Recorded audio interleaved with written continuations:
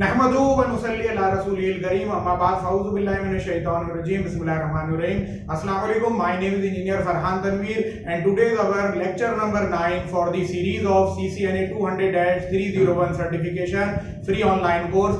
In today's lecture we will be dealing with two examples related to the class B subnetting.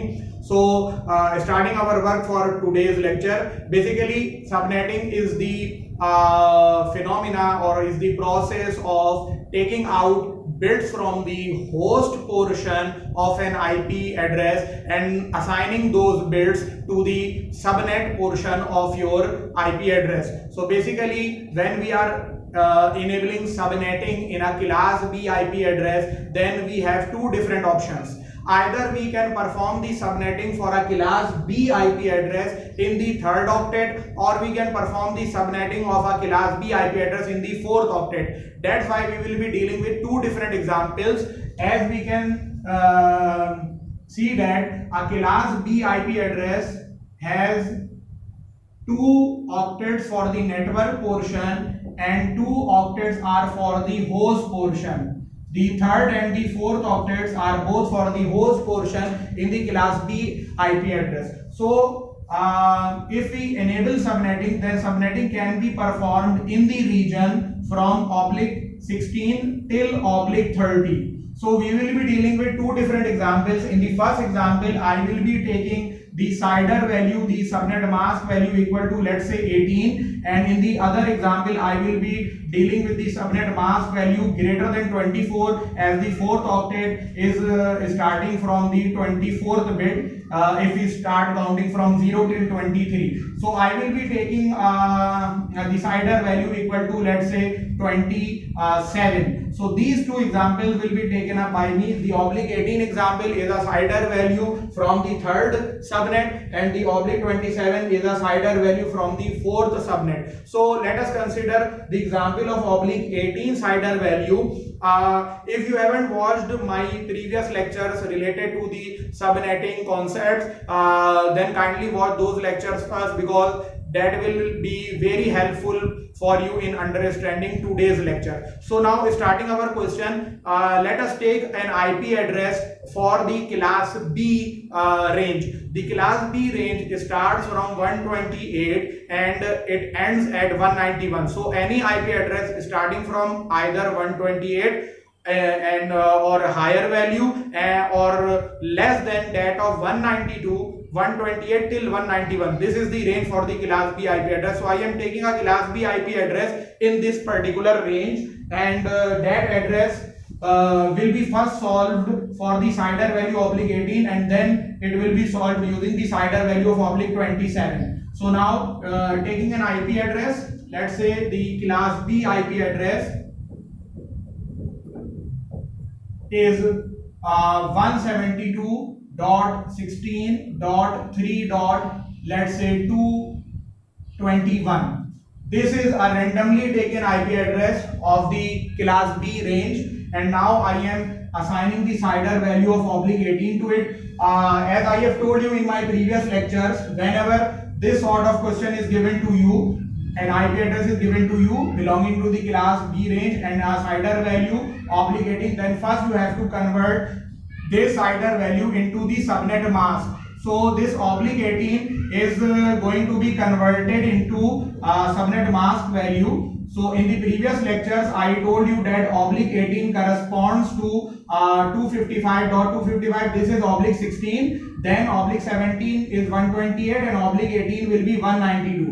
So this CIDR value corresponds to this particular subnet mask 255.255.192.0.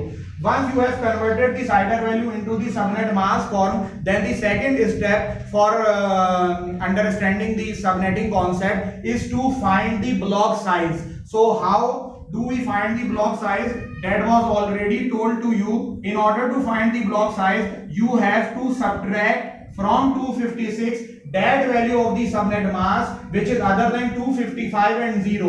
So the value inside the subnet mask which is other than 255 and 0 is 192. So you have to subtract 192 from this magic number 256. So this will become equal to 64.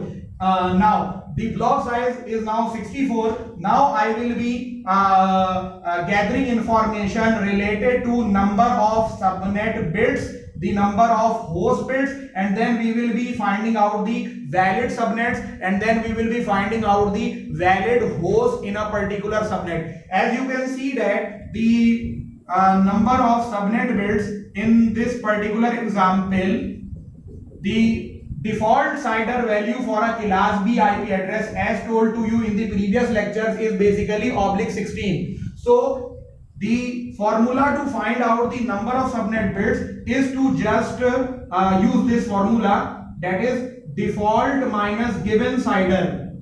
So the default CIDR for a class B, the given CIDR minus default. So the given CIDR minus default. So the given CIDR value in this particular question is 18, and for a class B IP address the default CIDR value is 16. So you have 2 bits for the subnet portion. Now with the help of these 2 bits you can have 4 different combinations: 00, 01, 10 and 11. So there should be 4 different subnets in your particular network, but that can also be calculated using this simple formula. Total number of subnets will be equal to 2 to the power number of subnet bits. So the number of subnet bits are 2 over here. So 2 to the power 2 is basically 4. So now in this particular example you have 4 different subnets available to you. Now moving to the number of host bits. How many host bits are there? Number of host bits. So the formula for finding out the number of host bits is very simple, and that is 32 minus given CIDR value. 32, the given CIDR value is 18. So this becomes equal to 32 minus 18 is basically 14. So you have 14 bits for the host portion. Now the valid number of hosts in each subnet. Valid number of hosts in each subnet. Valid host in each subnet has the formula 2 to the power number of host bits minus 2. This minus 2 logic was already clear to you because we don't use the first and the last IP address in the particular subnet ID range. The first IP address is for that particular subnet ID and the last IP address is for the broadcast ID of that particular subnet. So always you have to subtract a 2 from the subnet range, valid host range. So basically you have 2 to the power 14, a very large number of host IDs are available to you. 2 to the power 14 then minus 2. This will be the number of host IPs available to you in a particular subnet, and there are a total of 4 different subnets available to you with this CIDR value and this class B IP address. Now I will be finding out the IPs or the network IDs or the subnetwork IDs for these 4 different subnets. So how to find the network IDs for those 4 different subnets? That can be found by using this block size of 64. Now what you have to do, basically now I am moving to the subnet IDs. There are 4 different subnets. Now what you have to do, the first subnet can be found by simply keeping in mind that we have a class B IP address, and if we have a class B IP address, then only by default 2 octets are for the network portion. So the first subnet ID will be 172.16.0.0. This is the first subnet ID. Now what about the second subnet ID? The second subnet ID can be found, mark my words, the second subnet ID can be found by adding into the first subnet ID, the block size in that octet from where it is found. The 64 block size was found by the help of 192, and 192 itself belonged to the third octet. So you have to add this 64 in the third octet, because 64 is calculated by the help of 192 and 192 itself belongs to the third octet. So the second subnet ID will be 172.16.64.0. This is the second subnet ID. Now moving to the third subnet ID. The third subnet ID will be 172.16. Then another 64 will be added in this third subnet, and it will become equal to 128. And the fourth subnet ID will be 172.16. Another 64 when added to it, it will become equal to 192. So these are the four different subnets. Now, if we check this question IP, then this particular IP address 172.16.3.221, it must be belonging to this first subnet, because the second subnet is starting at 64. So in between 0 till 64 there will be 3.221 will belong to the first subnet ID. 1600, then 1601. There will be a very large range of IP addresses available to you in this particular example. So what will be the broadcast ID of this particular subnet? As we have found out the subnet ID for all the four subnets, then the second step is to find out the broadcast ID for each particular subnet. So what is a broadcast ID? Broadcast ID is the last available IP. And the last available IP is that IP address which is just one less than the succeeding subnet. So if you before this subnet you have the IP address available to you 172.16.63.255. This is the last available IP, because if now you add a 1 over here, it will become 256. 256 cannot be written in an octet, so this will become equal to 0, and it will generate a carry in the third octet, and this will become equal to 64. So the last available IP is 172.16.63.255. Now what are the IPs available here? The first IP after this subnet ID is the 172.16.0.1. The host IDs increment from the last octet always. The host IDs get incremented from the last octet. So 0.1, then 0.2, 0.3, 0.4, 0.5, 0.6 up till 0.255. Then it will become equal to 1.0. Then 1.0 till 1.255. Then 2.0 till 2.255, 3.0 till 3.255, and finally it will move to 172.16.1 less than this particular IP address 63.254. So this is the valid host ID range available to you in the first subnet.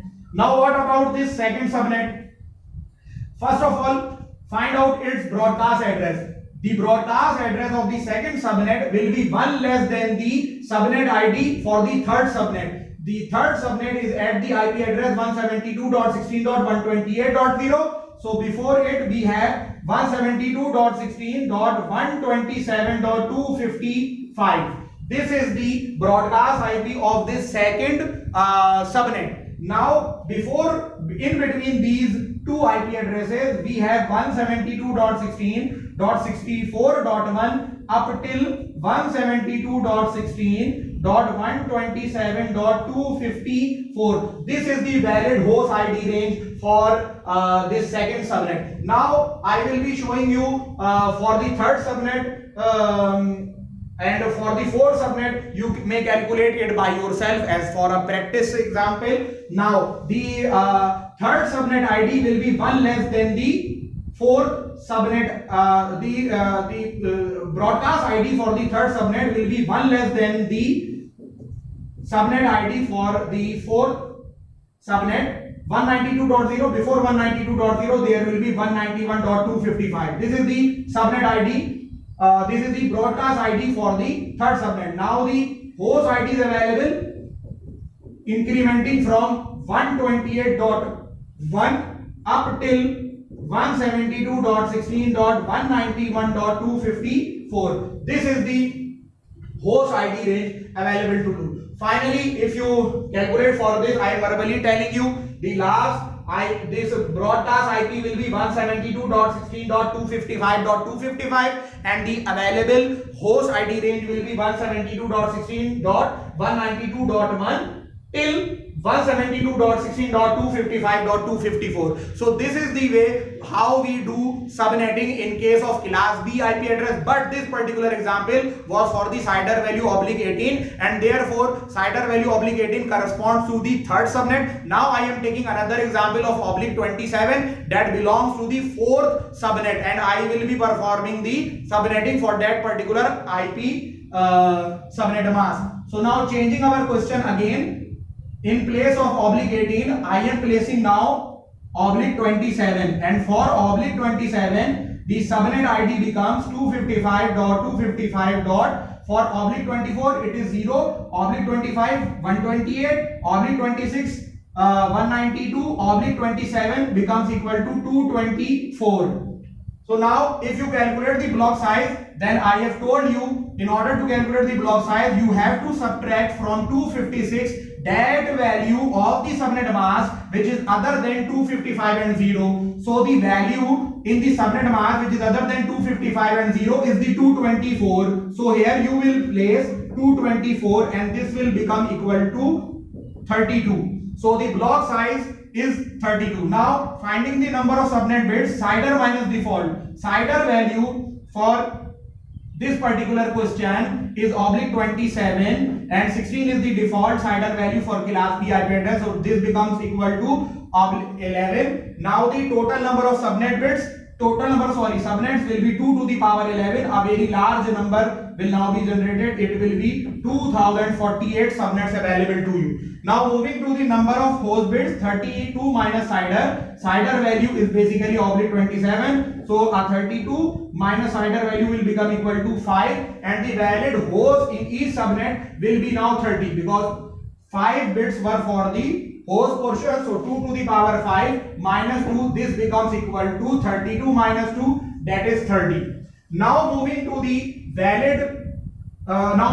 subnet IDs, as there is a very large number of subnets, so I won't be showing all the subnets available to you because there are a total of 2048 subnets available to you. So all the 2048 subnet IDs cannot be shown here. So I will be showing you some of the values. So if we start from the first subnet, as I told you, will be obtained by the default class B IP address. The default class B IP address has 2 octets for network and the other octets are for host. So the 2 octets for network means 172.16 and then 0.0. Now I told you in the previous example of oblique 18 then in order to find out the other subnets, you have to add this block size in that particular subnet, octet from where it is obtained. So this block size of 32 is obtained by the help of 224 and 224 itself belongs to the 4th octet. So what you have to do is to add this 32 in the 4th octet.